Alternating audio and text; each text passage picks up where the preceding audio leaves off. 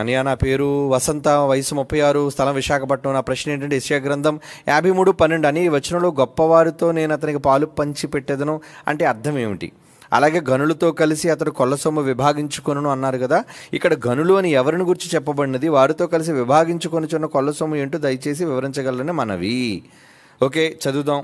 యెషయా గ్రంథం 53వ అధ్యాయం ఏనా?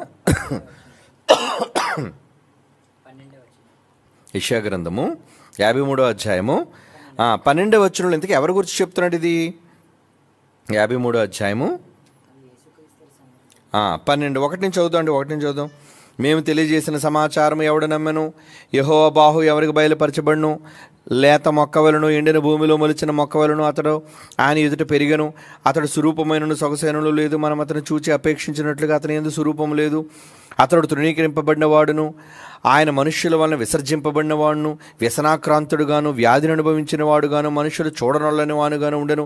అతడు తృణీకరింపబడిన వానుగాను గనుక మనం అతన్ని ఎన్నిక చేయకపోతుంది. అంటే ఇంచుమించు యేసుకు సంబంధించిన పోలికలతో ఇక్కడ ప్రవక్త గారు చెబుతున్నట్టుగా కనబడుతుంది. నిశ్చయముగా అతను మన రోగములను భరించను అంటే యేసు ప్రభువును గూర్చి, ఏమండి, మన వ్యసనములను భరించను. ఆయనను మొత్తబడిన వానిగాను, దేవుని వల్ల బాధింపబడిన వానుగాను, శ్రమ నొందిన వానుగాను మనం అతని ఎంచితిమి. అంతే కదండి, మన శిక్ష అని వేశారు కదండి. మన అతిక్రమములను బట్టి అతడు గాయపరచబడును యేసు ప్రభు వారు, మన దోషములు బట్టి నలుగొట్టబడును, మన సమాధానకరమైన శిక్ష అతని మీద పడును, అతను పొందిన దెబ్బల చేత మనకు స్వస్థత కలుగుతున్నది. ఇది 100% యేసు ప్రభు వారిని గురించి చెప్తున్నమాట. మనమందరము గొర్రెల వలె త్రోవ తప్పిపోతే మనలో ప్రతివాడు తనకి ఇష్టమైన త్రోవ కలిగను. యెహోవా మన అందరి దోషం అతని మీద మోపెను. యేసు ప్రభు కదని మన దోషాల శిక్ష భరించాడు ఆయన. అతడు దౌర్జన్యమునందుని బాధింపబడినను, అతడు నోరు తెరవలేదు, మౌనంగా ఉన్నాడు కదండి. వదకు తేబడిన గొర్రె పిల్లయు బొచ్చు కత్తిరించు వాని ఎదుట గొర్రెయు మౌనముగా ఉండినట్లు అతను నోరు తెరవలేదు. అన్యాయపు తీర్పు నొందిన వాడు అతను కొనుపోబడును. అంతే కదా, అన్యాయం జరిగింది ఆయనకి. అతను నా జనుల అతిక్రమను బట్టి మొత్తబడిను కదా. సజీవుల భూమిలో నుండి అతను కొట్టివేయబడును. ఆయనను అతని తరములో ఈ సంగతి ఆలోచించిన వారు ఎవరు? అతను మరణమైనప్పుడు భక్తిహీనులతో అతను సమాధి నియమించబడును. ధనవంతుడి యొద్ద అతను ఉంచబడిన. నిశ్చయముగా అతడు అన్యాయం ఏమీ చేయలేదు, అతని నోట ఏ కపటము లేదు. అతను నలుగొట్టుటకు యెహోవాకి ఇష్టమైనను, అతనికి వ్యాధి కలుగు చేసను. అతడు తన్ను తానే అపరాధ పరిహారార్థ బలిగా చేయగా అతని సంతానము చూచును. అతడు దీర్ఘాయుష్యవంతుడగును. యెహోవా ఉద్దేశం అతని వల్ల సఫలమగును. అంటే దీర్ఘాయుష్యవంతుడు అంటే తిరిగి బ్రతికాడు, అనంతకాలం జీవిస్తాడు అని అర్థం. ఏమండి, అతడు తన కలిగిన వేదనను చూచి తృప్తి పొందును. నీతిమంతుడైన నా సేవకుడు జనుల దోషమును భరించి తనకున్న అనుభవ జ్ఞానము చేత అనేకులు నిర్దోషులుగా చేయును. మనందరినీ చేశాడు.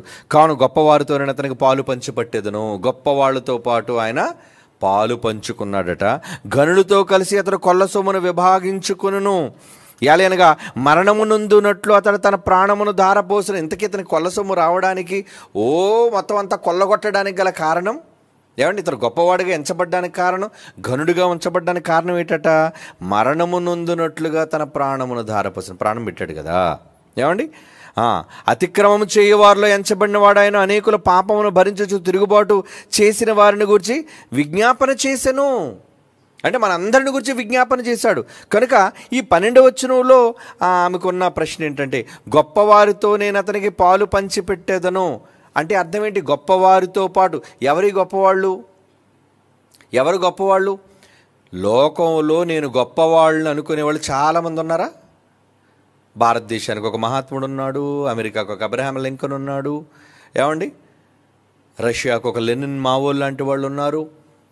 అంటే ప్రపంచంలో వీళ్ళందరూ గొప్పవాళ్ళైనా నేను చెప్పాను చూసారా, వీళ్ళందరిలో గొప్ప స్థానాన్ని పొందిన వ్యక్తి ఎవరు? ఏమండి, ఎవరు? నంబర్ 1 ప్లేస్, మొదటి పేరు, ఉన్నతమైన పేరు ఎవరికి వచ్చిందండి? యేసు ప్రభు కదా. గొప్పవాళ్ళు అంటే లోకంలో గొప్పవాళ్ళు. లోకం వాళ్ళు గొప్పవాళ్ళు అనుకుంటుంది, వీళ్ళు చాలా గొప్పవాళ్ళు అండి. ఆ గొప్పవాళ్ళ జాబితాలో ఎంచబడిన 100 మందిలో యేసు ప్రభు ఉన్నాడా లేదా? మహనీయులకు ఆయన మార్గదర్శే కావచ్చు. అసలు వాళ్ళందరికన్నా ఆయన గొప్పోడు. ఆయన చేసినట్లుగా ఎవరు చేయలేదు. ఆయన వల్లే ఎందరో మహాత్ములు ఎన్నో విషయాలు నేర్చుకున్నారు. క్షమించమని నేర్చుకున్నారు, ఏమండి, ప్రేమించడం నేర్చుకున్నారు, చాలా నేర్చుకున్నారు ఆయన చూసి. ఒక మదర్ తెరిసా నేర్చుకుంది, ఒక మహాత్ముడు నేర్చుకున్నాడు. ఎందుకండి మన క్యాంపస్లో గొప్ప గొప్ప వాళ్ళు రాసినవన్నీ బోర్డులు పెట్టని చూశారు కదా. ఎంతమంది శాస్త్రవేత్తలు, ఎంతమంది విజ్ఞులైన వాళ్ళు, ఎంతమంది చరిత్రకారులైన వాళ్ళు యేసుప్రభుని గురించి మాట్లాడిన విషయాలు ఒకటా రెండా? ఒక్కొక్క బోర్డు ఒక్కొక్క సాక్ష్యం. అది ఊరికనే మనం గొప్ప కోసం రాసుకున్న మాటలు కాదు, చరిత్రలో లిఖించబడిన సత్యాలు అవన్నీ. అవునా? కనుక ఆయన ఏమయ్యాడు ఇప్పుడు? ఏమయ్యాడు? కావున గొప్పవారితో నేను అతనికి పాలు పంచిపెట్టేదను. నాయన, భూమి మీద నువ్వు కూడా గొప్పడివే నాయన. నువ్వు భూమి మీద చనిపోయినా, ప్రాణం పెట్టినా, అభాగ్యుడిగా చనిపోయినా, దోషిగా అందరి శిక్ష నువ్వు భరించినా, మరి భూమిలో నువ్వు గొప్పడు కావాలి కదా. ఏమండి? అతని కొల్ల సొమ్ము విభాగించుకొనును. కొల్ల సొమ్ము అంటే ఏమండి? కొల్ల సొమ్ము అంటే అతని దొంగోటి ఏంటి? ఎవరిని కొల్లగొట్టేయడానికి కాదండి, ప్రజల హృదయాలను కొల్లగొట్టినవాడు, మనందరి ద్వారా మన హృదయాలను గెలుచుకున్నవాడు. కొల్ల సొమ్ము అంటే ఆయనకు వచ్చిన ప్రతిఫలం ఎక్కడి నుంచి వచ్చింది? పరలోకం అనేసరి. అంటే సొమ్ము అని ఎందుకు అన్నాడంటే, ఎవరైతే డబ్బు ఎక్కువ ఉంటుందో వాడు గొప్పోడని మీరు అనుకుంటారు కదా. ఎవడైతే ఎక్కువగా కొల్లగొట్టుకుంటాడో, ఏమండి, ఎవరైతే ఎక్కువగా సంపాదించుకుంటారో వాళ్ళు గనులని మీరు అన్నారు కదా. మరి అతను కూడా కొల్లగొట్టాడట. ఏం కొల్లగొట్టాడు? మనుషుల హృదయాలను కొల్లగొట్టుకున్నాడు. ఇంకేంటి?